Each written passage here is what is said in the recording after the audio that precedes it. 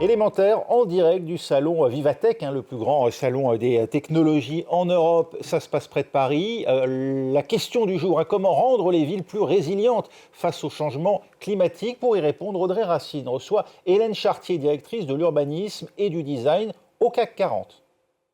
Nous sommes avec Hélène Chartier, directrice de l'urbanisme au C40. Le C40, on va rappeler ce que c'est pour nos téléspectateurs. C'est un réseau de maires qui se concertent pour adapter leur réponse au changement climatique. On va parler d'adaptation, mais avant ça, on va parler de l'atténuation, de la lutte contre le réchauffement climatique, parce que les villes, c'est seulement 2% de la surface terrestre, mais 70% des émissions de gaz à effet de serre. Alors d'abord, comment est-ce qu'on réduit les émissions des grandes villes?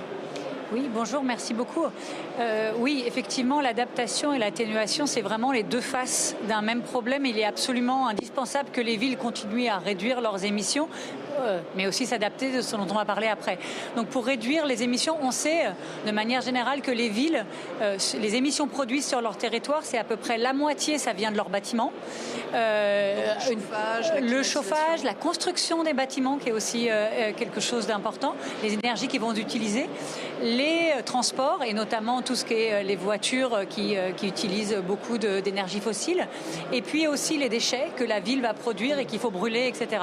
Donc c'est vraiment ces trois éléments. Et à ça, je rajouterais quand même l'urbanisme, la manière où est-ce qu'on va construire, comment on va organiser la ville, qui est aussi extrêmement importante. Pour avoir une ville plus efficace énergétiquement. Pour une ville plus efficace. Par exemple, on sait que les villes, en fait, sont finalement très durables. En réalité, les gens ont des appartements plus petits, ils ont des murs partagés, ce qui finalement c'est beaucoup plus efficace énergétiquement que des villes individuelles, que des maisons individuelles par exemple.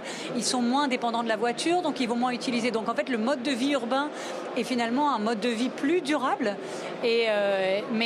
Donc l'organisation générale de l'organisation des villes est aussi importante pour réduire les émissions. Quand on parle d'adaptation au changement climatique, on pense immédiatement lutte contre la chaleur, contre les îlots de chaleur, etc. Mais les risques du changement climatique, c'est aussi les inondations, la lutte contre les feux. Est-ce qu'on peut adapter les villes à tous les risques climatiques? Oui, de toute façon, on n'a pas le choix, je dirais. On sait parfaitement que les risques sont multiples.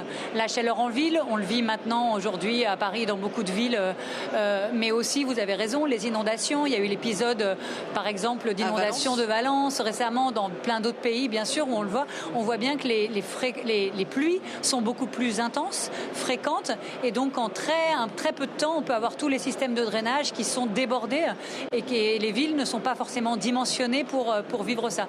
Donc il faut aussi s'adapter à ça. On a des feux, la chaleur qui donne des sécheresses, qui donne des feux.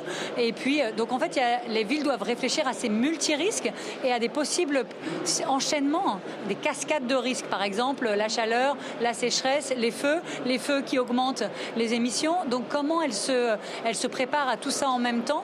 Il faut d'abord avoir les données et avoir des solutions qui permettent de combiner tous ces éléments-là. Est-ce qu'il faut détruire pour reconstruire? Est-ce qu'il faut raser les villes qui ne sont pas adaptées aujourd'hui? Je pense à New York avec tous ces buildings immenses faits de grandes façades vitrées. Est-ce qu'il faut détruire Manhattan pour tout reconstruire? Non, surtout pas. Les émissions juste de la construction, c'est presque 10% des émissions mondiales, un peu 9%. Donc en fait, c'est l'équivalent des émissions juste de la Chine. Donc si on détruisait, reconstruisait les villes, ce serait vraiment, on se tirerait une énorme balle dans le pied, je dirais. Donc il faut adapter les villes, donc il faut adapter les espaces publics, il faut adapter les bâtiments. La ville de New York, vous parlez de New York, elle a fait un grand programme aujourd'hui pour la rénovation énergétique des villes. L'objectif, c'est que des bâtiments, l'objectif, c'est que d'ici 2035, tous les bâtiments de la ville sont adaptés au changement climatique et ont fait leur rénovation énergétique. Ça leur permet de réduire leurs émissions.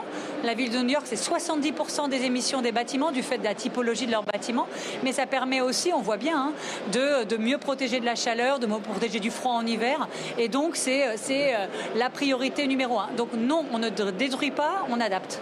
En un mot, est-ce qu'on risque un exode urbain avec le changement climatique ? Il ne faut pas, en vrai. Il ne faut surtout pas pour la raison que j'ai dit. Exode urbain, ça voudrait dire plus construire ailleurs. Et en plus, on sait parfaitement que ce mode de vie en ville est beaucoup plus durable. Donc non, il ne faut surtout pas. Il faut adapter les villes. On sait très bien que si on injecte par exemple la nature en ville, on peut faire baisser la température de 8 à 9 degrés dans des grands pics de chaleur. Donc on peut adapter les villes et il faut le faire maintenant. Merci pour cette note d'espoir, Hélène Chartier. Merci à vous. Voilà, c'était Audrey Racine au salon Vivatech.